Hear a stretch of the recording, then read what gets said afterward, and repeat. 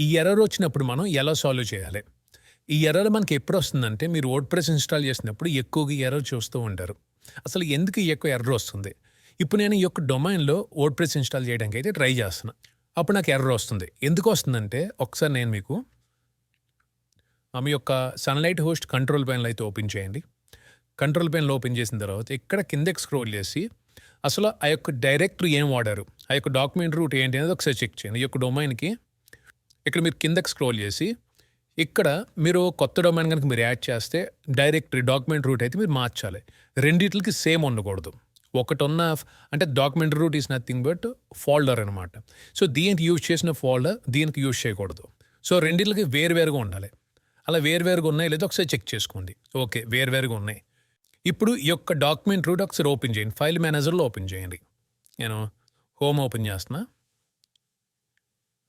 ఇందుట్లో file manager open చేస్తున్నా. Next document route ఏంటి? Explore sunlight. Explore sunlight open చేస్తున్నా. ఇక్కడ చూడండి ఆల్రెడీ ఫైల్స్ ఉన్నాయి. ఆల్రెడీ నేను అంతకుముందు ఎప్పుడో వర్డ్‌ప్రెస్ ఇన్‌స్టాల్ చేశా. సో, ఆల్రెడీ ఫైల్స్ ఉన్నప్పుడు మళ్ళీ ఇన్‌స్టాల్ చేయడానికి ట్రై చేస్తుంటే మీకు ఇన్‌స్టాల్ అవ్వదు. ఇప్పుడు నేను ఇన్‌స్టాల్ క్లిక్ చేస్తాను.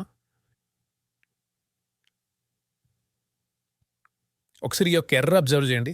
డైరెక్టరీస్ నాట్ ఎంప్టీ అని ఉంది. అంటే మీరు ఏదైతే ఇన్‌స్టాల్ చేస్తున్నారో ఈ యొక్క డొమైన్‌లో, ఈ యొక్క డొమైన్‌కి సంబంధించిన డైరెక్టరీ అంటే ఇది.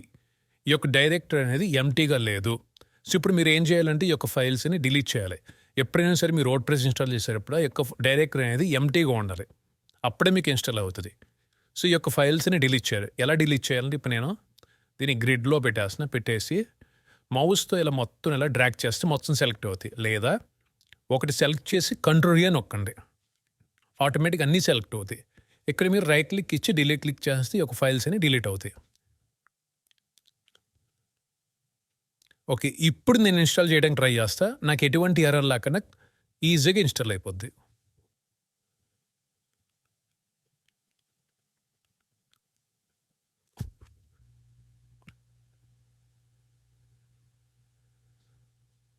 చూడండి ఇన్‌స్టాల్ అయిపోయింది. నాకు ఎర్రర్ అయితే రాలేదు. సో, అటువంటి ఎర్రర్ వచ్చినప్పుడు మీరు 2 చెక్ చేసుకోండి.